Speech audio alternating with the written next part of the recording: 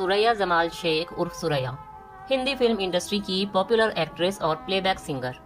साल 1936 से 1963 तक वो एक्टिव रही। 27 साल के करियर में उन्होंने 67 फिल्में की और 338 गाने गाए। हर एक्टर डायरेक्टर की पहली पसंद सुरैया ताउम्र अकेली ही रही। फैंस के बीच दीवानगी इस कदर थी कि उनके घर के बाहर पुलिस बल तैनात करना पड़ता था। एक बार तो एक फैन जालंधर से बारात लेकर उनके घर पहुंच गया था। मुंह दिखाई में 2 लाख के गहने भी लाया था। आइए जानते हैं सुरैया की जिंदगी के कुछ अनछुए पहलू। 15 जून 1929 को लाहौर में अजीज जमाल शेख और मुमताज शेख के घर बेटी का जन्म हुआ। नाम रखा गया सुरैया जमाल शेख, जिन्हें बाद में दुनिया ने सुरैया नाम से जाना। जब वो 1 साल की थी तब उनका परिवार मुंबई जाकर बस गया। फिर यहीं पर उनकी पढ़ाई लिखाई हुई। सुरैया के मामा एम जहूर हिंदी सिनेमा के फेमस विलेन हुआ करते थे। ऐसे में सुरैया का भी फिल्मी दुनिया से जुड़ना आसान हो गया। एक बार स्कूल की छुट्टियों में सुरैया मामा के साथ फिल्म ताजमहल की शूटिंग देखने मोहन स्टूडियो गई थी। वहां पर फिल्म प्रोड्यूसर नानू भाई वकील की नजर उन पर पड़ी। नानू भाई उनकी खूबसूरती और सादगी से इतना प्रभावित हुए कि उन्होंने सुरैया को फिल्म में मुमताज महल के लिए चुन लिया। राज कपूर और मदन मोहन सुरैया के बचपन के दोस्त थे। इन्हीं लोगों के साथ वो ऑल इंडिया रेडियो में बच्चों के रेडियो प्रोग्राम में गाती थी। एक बार ऑल इंडिया रेडियो पर सुरैया को गाते नौशाद ने सुना। सुरैया के गाने का अंदाज नौशाद साहब को बहुत पसंद आया। इसके बाद उन्होंने कारदार साहब की फिल्म शारदा में सबसे पहले सुरैया को गाने का मौका दिया।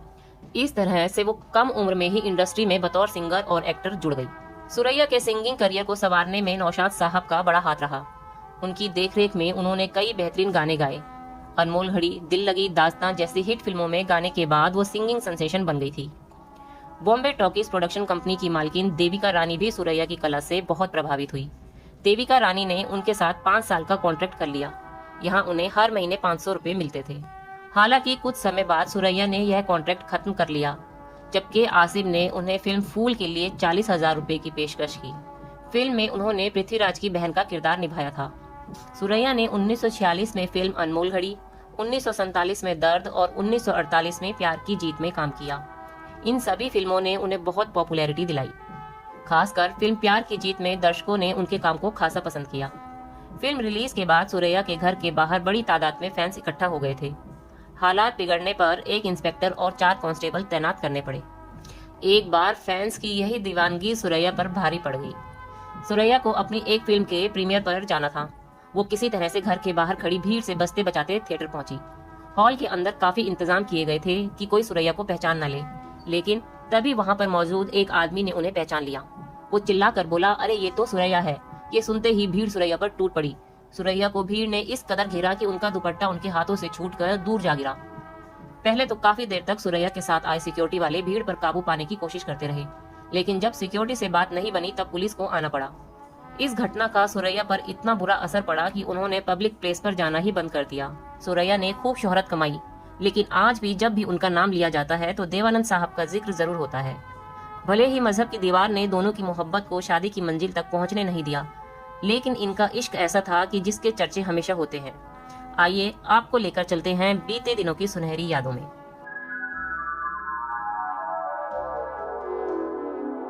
तो सुरैया ने 40 के दशक के आखिरी में देवानंद के साथ काम करना शुरू किया। दोनों ने विद्या मूवी में पहली बार काम किया।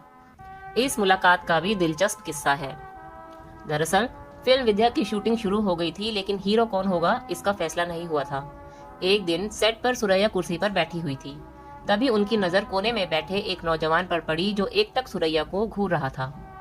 सुरैया ने प्रोड्यूसर को बुलाकर उनसे कहा, वो जो शरीफ नौजवान कुर्सी पर बैठे हुए हैं उन्हें वहां से हटा दीजिए, तभी मैं काम कर पाऊंगी। प्रोड्यूसर देवानंद के पास गए, लेकिन उन्हें बाहर भेजने के बजाय सुरैया के पास ले गए और मुस्कुराकर बोले, ये है हमारी फिल्म के हीरो देवानंद। सुरैया इससे आगे कुछ बोलती तभी देवानंद ने कहा, साथ काम करने से पहले एक नौजवान को इतनी बड़ी हीरोइन को अच्छी तरह से देख लेना चाहिए। इस मुलाकात के बाद दोनों फिल्म की शूटिंग में बिजी हो गए। रोज की मुलाकात के बाद दोनों में गहरी दोस्ती हुई और फिर एक दूसरे को दिल दे बैठे। इसके बाद ये जोड़ी 7 और फिल्मों में दिखाई दी। सेट के अलावा देवानंद उनके घर भी जाते थे। घूमना फिरना भी सब साथ में ही होता था। मगर कुछ समय बाद उनके इस प्यार को नजर लग गई। उनके रिश्ते के बाद सुरैया की नानी को पता चल गई। नानी पुराने ख्यालों वाली थी। उन्हें बिल्कुल भी मंजूर नहीं था कि सुरैया की शादी किसी गैर धर्म के लड़के से हो। ऐसे में उन्होंने देवानंद का आना जाना बंद करा दिया। देवानंद से सुरैया बेइंतहा प्यार करती थी। उस समय फिल्म जगत में सिर्फ और सिर्फ इनके चर्चे होने लगे थे जब एक शादी में वो और देवानंद हाथ में हाथ डालकर चले। शायर फिल्म में सुरैया और देवानंद के साथ काम करने वाली कामनी कौशल ने साल 2014 में फिल्म फेयर को दिए इंटरव्यू में बताया था कि सुरैया की नानी उन पर नजर रखने लगी थी। तब सुरैया खतों को देवानंद तक पहुंचाने के लिए उनसे कहती थी। 1949 की फिल्म जीत की शूटिंग के दौरान सुरैया और देवानंद ने कास्ट और क्रू की मदद से रियल शादी करने की प्लानिंग तक की थी। शायद दोनों हमेशा के लिए एक दूसरे के हो जाते, लेकिन मूवी के असिस्टेंट डायरेक्टर ने जलन के कारण उनकी नानी तक ये खबर पहुंचा दी और फिर वो सुरैया को सेट से घसीटते हुए घर तक ले गई। खुद सुरैया ने स्टार एंड स्टाइल को दिए इंटरव्यू में कहा था कि उनकी नानी और मामा ने देवानंद को जान से मारने की धमकी दी थी, इसलिए वो पीछे हट गई। 1950 में नीली फिल्म की शूटिंग के दौरान देवानंद ने आखिरी बार सुरैया से शादी के लिए पूछा था। तब सुरैया ने कहा था कि वो नहीं चाहती है कि उनकी मौत का कारण बने, क्योंकि नानी और मामा दोनों ने शादी का विरोध किया था।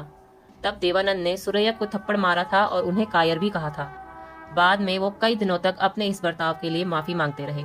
फिल्म अफसर की शूटिंग के दौरान देवानंद ने फिर से उन्हें फॉर्मली प्रपोज किया और उन्हें 3000 रुपए की सगाई की हीरे की अंगूठी दी। जब उनकी नानी को इसके बारे में पता चला तो वह बहुत गुस्सा हुई और अंगूठी को समुद्र में फेंक दिया। देवानंद ने अपनी ऑटोबायोग्राफी रोमांसिंग विद लाइफ में सुरैया से आखिरी मुलाकात का जिक्र किया था। दरअसल उन्होंने सुरैया के घर पर फोन किया था, जो उनकी मां ने उठाया और बताया कि सुरैया उनसे मिलना चाहती है, इसलिए वो अगले दिन घर की छत पर आ जाए। ये सुनकर देवानंद को लगा कि ऐसा तो नहीं कि उन्हें फंसाने की साजिश हो रही है, क्योंकि अगर वो पकड़े गए तो न्यूज़पेपर की हेडलाइन बन जाएगी, अरेस्ट भी किया जा सकता है। इसलिए वो अपने एक दोस्त को साथ लेकर गए जो इंस्पेक्टर थे। जब देवानंद छत पर पहुंचे तो सुरैया वहां उनका इंतजार कर रही थी। दोनों ने कुछ देर तक बात नहीं की। इसके बाद देवानंद ने सुरैया को बाहों में भर लिया और फिर उन्हें किस किया। इसके बाद सुरैया रोने लगी। उनके आंसू थमने का नाम नहीं ले रहे थे। यहाँ पर भी देवानंद ने उन्हें शादी के लिए पूछा। तब सुरैया ने उन्हें बाहों में जकड़ लिया और बार बार आई लव यू कहती रही। सुरैया बेहद खूबसूरत थी, यहाँ तक कि पूर्व प्रधानमंत्री जवाहरलाल नेहरू भी उनके फैन थे। अंतिम दिनों में सुरैया अकेली थी और उनके दिल में प्यार पूरा ना हो पाने की टीस हमेशा रही। अपने एक इंटरव्यू में सुरैया ने कहा था कि शायद मैं कायर थी जो हाँ नहीं कह सकी। इस बात का हमेशा पछतावा रहेगा। जिस दौर में सुरैया और देवानंद का इश्क परवान चढ़ रहा था, उस वक्त देवानंद का फिल्मी करियर उठ ही रहा था और सुरैया एक स्थापित नाम था। देवानंद सुरैया से बहुत प्यार करते थे। स्टारडस्ट मैगजीन को दिए इंटरव्यू में सुरैया ने कहा था, एक दिन शूटिंग के दौरान मैंने देव की दी हुई अंगूठी अपनी उंगली में पहन ली, लेकिन नानी को इसकी खबर लग गई और उन्होंने मेरे हाथ से वो अंगूठी निकाल ली। मुझे पता था कि देव ने दोस्तों से उधार लेकर मेरे लिए वो कीमती अंगूठी खरीदी है। मैं उस रात बहुत रोई थी। सुरैया की नानी तो फैसला कर चुकी थी कि वो सुरैया और देव को एक नहीं होने देगी, और ऐसा हुआ भी। देवानंद ने बाद में अपनी को स्टार कल्पना कार्तिक से शादी कर ली, लेकिन सुरैया आजीवन अविवाहित ही रही। उस वक्त बेशक सुरैया देवानंद से शादी की हिम्मत नहीं कर सकी, लेकिन हमेशा देवानंद की यादों में खोई रही। 31 जनवरी 2004 को 74 साल की उम्र में जब सुरैया का निधन हुआ, हर किसी को उम्मीद थी कि उन्हें आखिरी विदाई देने के लिए देवानंद जरूर आएंगे, लेकिन देव साहब के लिए यह सबसे व्यथित करने वाला दिन था। वे सुरैया की अंतिम यात्रा में शामिल नहीं हुए और इस तरह ये लव स्टोरी खत्म हो गई।